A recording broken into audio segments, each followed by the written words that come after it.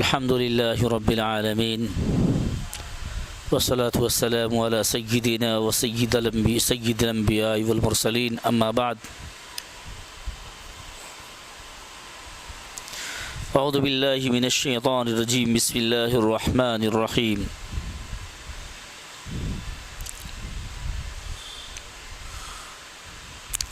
قال الله تبارك وتعالى أعوذ بالله من الشيطان الرجيم بسم الله الرحمن الرحيم إن الله وملائكته يصلون على النبي إن الله وملائكته يصلون على النبي يا أيها الذين آمنوا صلوا عليه وسلموا تسليما سبحان ربك رب العزة عما يصفون وسلام على المرسلين والحمد لله رب العالمين اللهم صل على سيدنا محمد وعلى آل محمد صلاة دائمة مقبولة تودي بها أن حقه العظيم اللهم صل على محمد النبي الأمي وآله وسلم تسليما اللهم صل على سيدنا محمد وعلى آله وسلم اللهم صل على سيدنا محمد بعدد حسنه وجماله اللهم صل على سيدنا محمد بعدد كل داء ودواء وبارك وسلم صلى الله عليه وسلم صلى الله على النبي الأمي اللهم صل على محمد وعلى آل محمد كما صليت على إبراهيم وعلى آل إبراهيم إنك حميد مجيد اللهم بارك على محمد وعلى آل محمد كما باركت على إبراهيم وعلى آل إبراهيم إنك حميد مجيد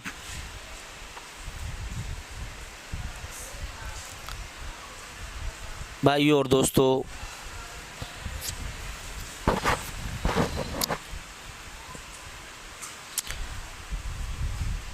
آج کا مختصر بیان آپ صلی اللہ علیہ وسلم کے درود شریف کے موضوع پر بندے کو کرنا ہے۔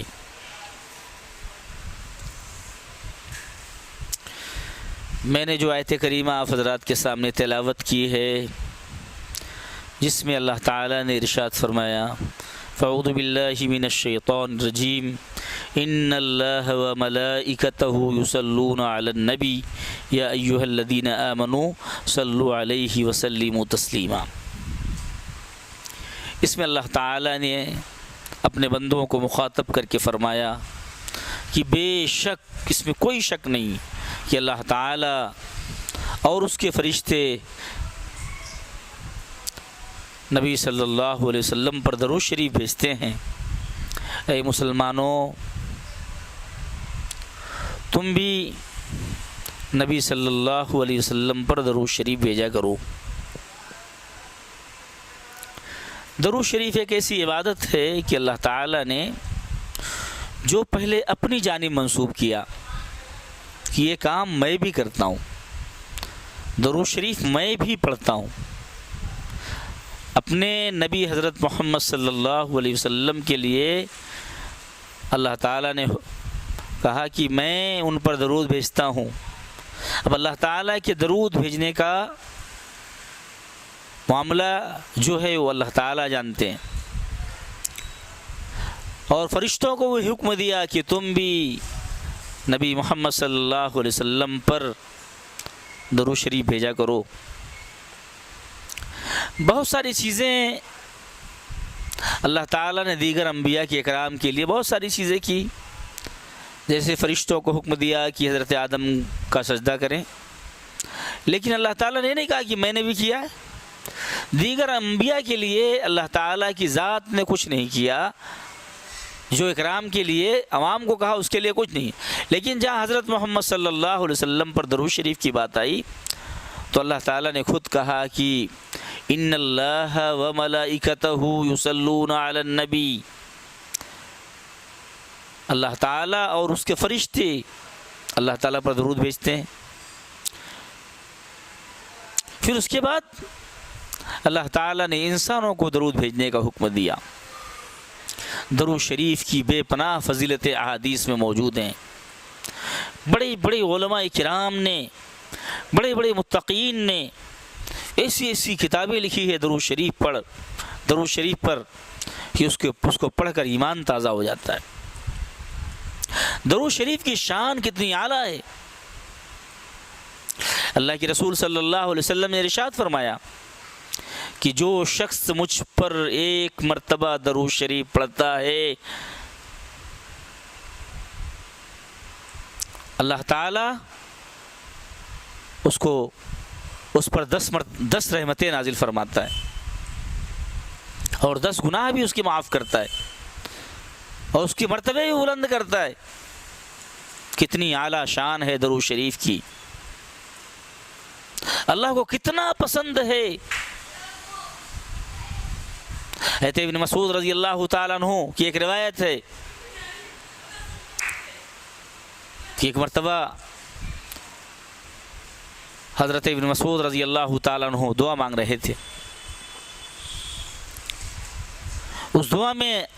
وہ اللہ تعالیٰ کی تعریف کر رہے تھے۔ تعریف کرنے کے بعد آپ صلی اللہ علیہ وسلم پر وہ درود شریف پڑھ رہے تھے، درود بھیج رہے تھے۔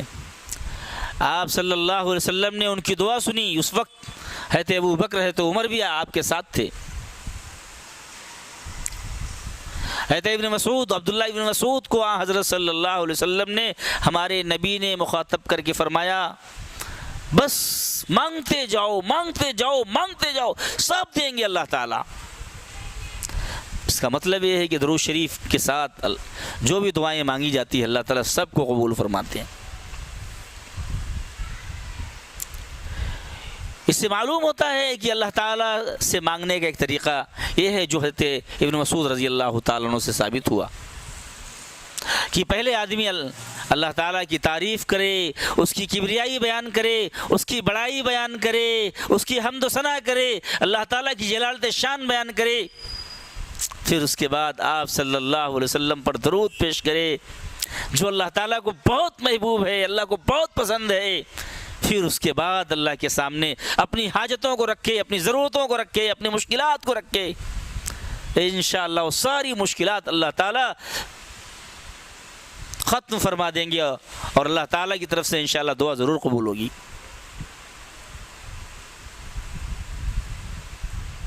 اور درود شریف ایسی عالی شان عبادت ہے کہ جو آدمی اس کی کثرت کرتا ہے اللہ کے رسول صلی اللہ علیہ وسلم اس کے خواب میں آ کر اپنی زیارت کرواتے ہیں۔ کتنی اعلیٰ بات ہے۔ آپ صلی اللہ علیہ وسلم کی خواب میں زیارت ہو جائے، آپ صلی اللہ علیہ وسلم خواب میں تشریف لائیں، کس قدر خوش قسمتی ہوگی۔ اللہ کے رسول صلی اللہ علیہ وسلم نے خود ارشاد فرمایا من رآنی فی المنام فقد رآنی فإن الشیطان لا يتمثل بی، جس نے مجھ کو خواب میں دیکھا اس نے مجھے کو دیکھا، کیونکہ شیطان میری صورت میں کبھی نہیں آ سکتا۔ آپ صلی اللہ علیہ وسلم کی صورت میں شیطان کبھی نہیں آ سکتا ہے۔ یہ آپ صلی اللہ علیہ وسلم کی جلالت شان اور آپ کا ایک مقام ہے جس کی کاپی شیطان بھی نہیں کر سکتا کبھی۔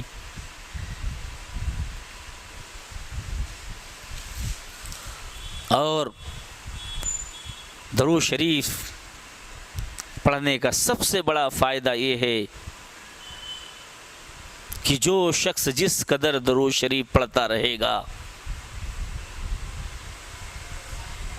اللہ تعالیٰ قیامت کے دن جب نفسی کا عالم ہوگا نا، سب پریشان رہیں گے نا،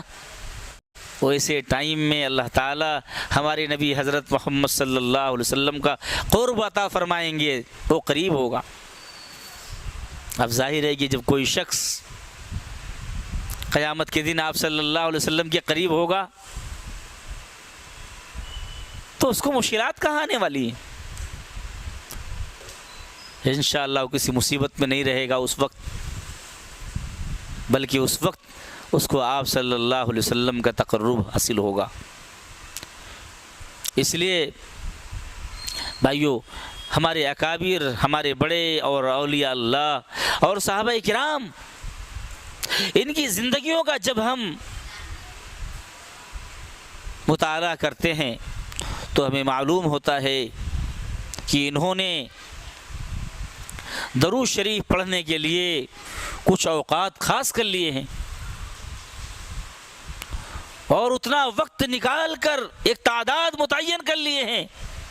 کوئی 1000، کوئی 2000، کوئی 3000، کوئی 5000، اتنا وقت نکال کر ڈیلی آپ صلی اللہ علیہ وسلم کی ذات گرامی پر درود شریف پڑھنے کا معمول بنا رکھتے تھے۔ اور درود شریف اللہ تعالیٰ سے تقرب کا بہت بڑا ذریعہ ہے۔ اللہ تعالیٰ اسباب پیدا کرتے ہیں مسائل کے حل کے لیے، اور دعائیں قبول کرنے کے لیے اللہ وسائل اور اسباب پیدا کرتے ہیں، اور جس مقصد سے آدمی درود شریف پڑھتا ہے اللہ تعالیٰ اس مسئلے کو حل فرماتے ہیں۔ اگر کوئی شخص نیت رکھے کہ مجھے حضرت صلی اللہ علیہ وسلم کی خواب میں زیارت ہو تو اس کو ضرور خواب میں زیارت ہوگی۔ اگر اس کی نیت ہو کہ میں در اقدس پہ کھڑے ہو کر بھی درود و سلام پڑھوں تو اللہ تعالیٰ اس کو وہاں بھی بلاتے ہیں، اپنے نبی صلی اللہ علیہ وسلم کے در اقدس پہ اس کو حاضری کا موقع عطا فرماتے ہیں کہ وہ شخص وہاں بھی پہنچ کر درود و سلام پڑھے، اور آپ صلی اللہ علیہ وسلم کا تقرب اسے دنیا میں بھی عطا فرماتے ہیں اور آخرت میں بھی عطا فرماتے ہیں۔ وآخر دعوانا ان الحمد للہ رب العالمین۔